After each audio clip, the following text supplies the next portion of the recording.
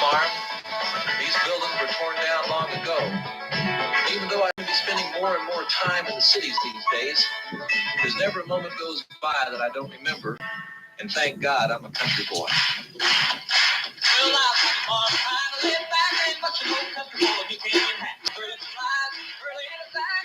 I thank God I'm a country boy. Well, a simple kind of life, and gave me no harm. A race of ship and working in the farm. These are all filled with an easy country car. Thank God I'm a country boy. Hey, well, I got me a highway, got the old riddle. When the sun's coming up, cakes on the riddle. Life ain't nothing but a cut and on the riddle. Thank God I'm a country boy. The work's all done.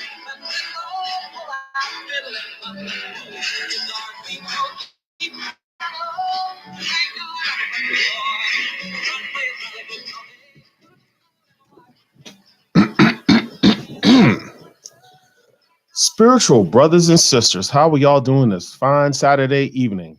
I told you, I love me some John Denver. I don't care what nobody says. John Denver was a cool dude back in the day when we was growing up. You know, like I said, a lot of us who were of the different Caucasian mix of color, which is black, you know, we never got a chance to enjoy some of the country music growing up because of we were black and we had to listen to black music.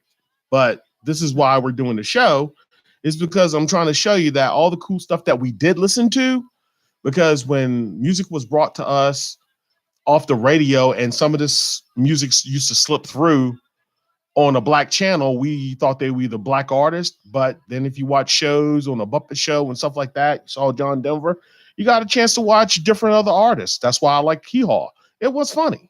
Oh my gosh, I used to watch Hee Haw. I love Hee Haw all the time. Yeah. So I'm just letting y'all know that, you know, I will play various types of music because I grew up with a lot of white people. I grew up with a lot of black people. I grew up with a lot of country people, and I am country. Deep South of Virginia. So I'm just letting y'all know. So you get that southern twang? Don't need it. That southern twang out there now, you hear? We like to give a shout out to our folks at Wendy's over there off Lewistown Road. What up, peeps? Yeah, we saw her today. Good friend. It's good to see you. We'll come see you again soon. All right, y'all. Look, Antonio's not here tonight. So I'm going to have to do this for you, the mental illness. So the belt's going to be mine through default.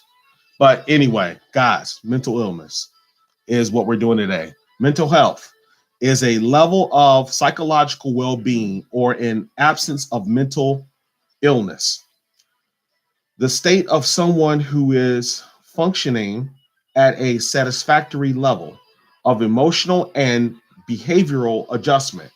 From the perspectives of positive psychological or of holism, mental health may include in individuals' ability to enjoy life, to create a balance between life activities and effort to achieve psychological resilience.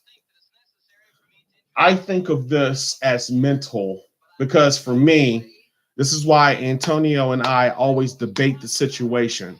It's because when it comes to mental illness, for me, when I bring people to this table that have true mental illness, then you understand why I feel the way I feel. The difference between mental illness, you can be born with it. You can also, someone can actually change your life to where you have it. You got a lot of people who fake it. And on top of that, you got situations where, you know, people get it later on in life. They might not have symptoms of it as a child, but then later on in adulthood, they could develop a mental illness. Now, I'm not a doctor and I'm not trying to be a doctor. No. But what I'm trying to say is in my life's experience. And we've been around people that have had illnesses and mental illnesses and stuff like that. Right. That, you know. Right. And you got a lot of people who claim to have a mental illness when they do something very bad. Like, you know, for instance, like it's kind of funny how some Caucasian people will commit a heinous crime. They were perfectly fine before they did it. And then all of a sudden, that's the first thing that their lawyers throw out there. But you have everyone else who have the same mental illness who proclaims it when they commit a murder, they get life in prison. Again, I'm not trying to throw color out there.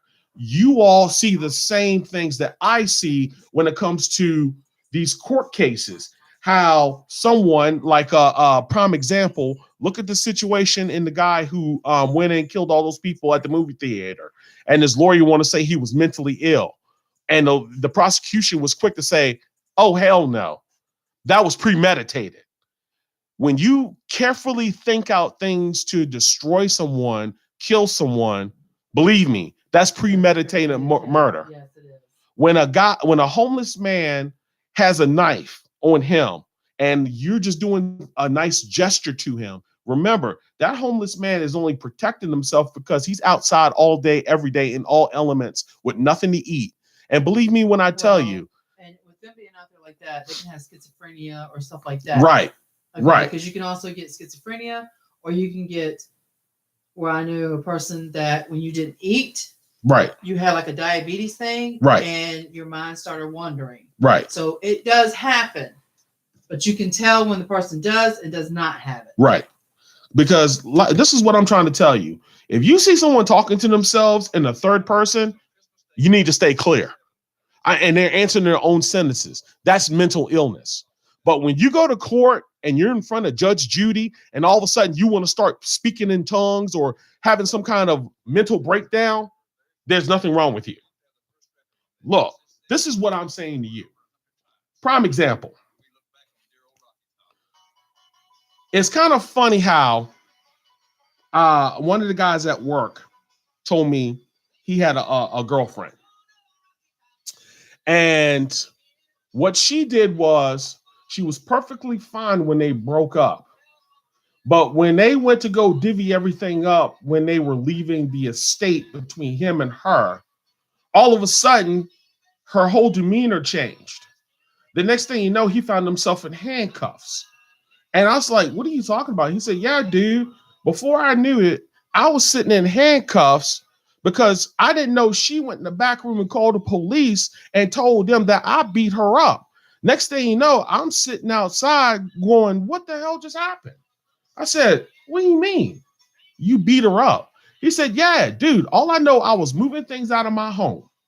Next thing you know, here comes the cops pulling up, asking me, what am I doing? I said, I'm moving out of my home. Next thing I figured out was they slapping cuffs on me. Then she comes out the back room. I said, what's going on here? Next thing you know, she started pointing to the officers when she was talking to him, saying that he hit me in the eye and he grabbed my arm. And I knew it wasn't true because I was just moving things out of my house. He said because he didn't have no witnesses, he went down for domestic violence. Then after everything was said and done, he figured out after all that was said and done, nobody listened to anything he had to say. She was lying about the whole thing. Got in front of the courts, lied, you better be careful cried. Because I'm gonna tell you what, it will come back to haunt you in a big way. Yeah, I'm just saying. And it's not just as bad because women can do it just as much as a man can do it to a woman too. Well, but there's so many people out here when things don't go the way they like it, they want to do something to that person because they're not happy, even though they did not do it. Right. But the thing that what reason why I brought that up because she used the mental illness to justify the domestic violence. But I know people right now, and I had to ask permission to use her name or just use her situation because of what happened to her, and it's in the newspaper, and it happened in Virginia. She was a part of a trafficking ring, and how it mentally messed her up. And when you talk to her at moments of time, you can see her brain is working against reality because how she had to switch everything back and forth between what was real and what was fake and what was hurting her. And she's a phenomenal woman. She's a very smart woman. So I'm going to get an interview with her, but there's probably going to be a little red tape because, like I said, I'm not doing this for profit. I'm doing this to show that there's a difference between someone using mental illness for their own good, for right personal gain. Personal gain, yeah. Personal gain, instead of doing what you're supposed to and tell the truth and do what you're supposed to do. Right. Yeah. Relationships or whatever's going on, yeah, it's hard and stuff like that. But you don't use your kids against both parents. You don't punish the child for what you do and this and that and the other, but you don't punish the person for not doing something that they did not do to you. And if you do that, it will be paid back because you will get in trouble. Right. It will come back to haunt you. It's called karma. Trust me, I've seen it happen too many times. Yeah. So, guys, look, my time's almost up. But like I said, we're going to continue this further. I'm not done with mental illness because the way I point everything out is this. There are a lot of people who fake the funk on a funky dunk. And there are a lot of people who deserve to be helped. Yeah, and anytime you tell people that, oh, I'm mentally ill, but no psychiatrist can do nothing for me, that's because you ain't trying. No, that's because you want attention. Oh, say that again. You want what? You want attention. Oh, is that what you want? Attention, people? All you people who want to fake it? Else who's truly sick. I take that personally. That's like the thing that's called you cry wolf too many times, nobody's gonna believe you. Look, all I'm saying is this will continue on. Mental illness is something that, thank you, Tammy, I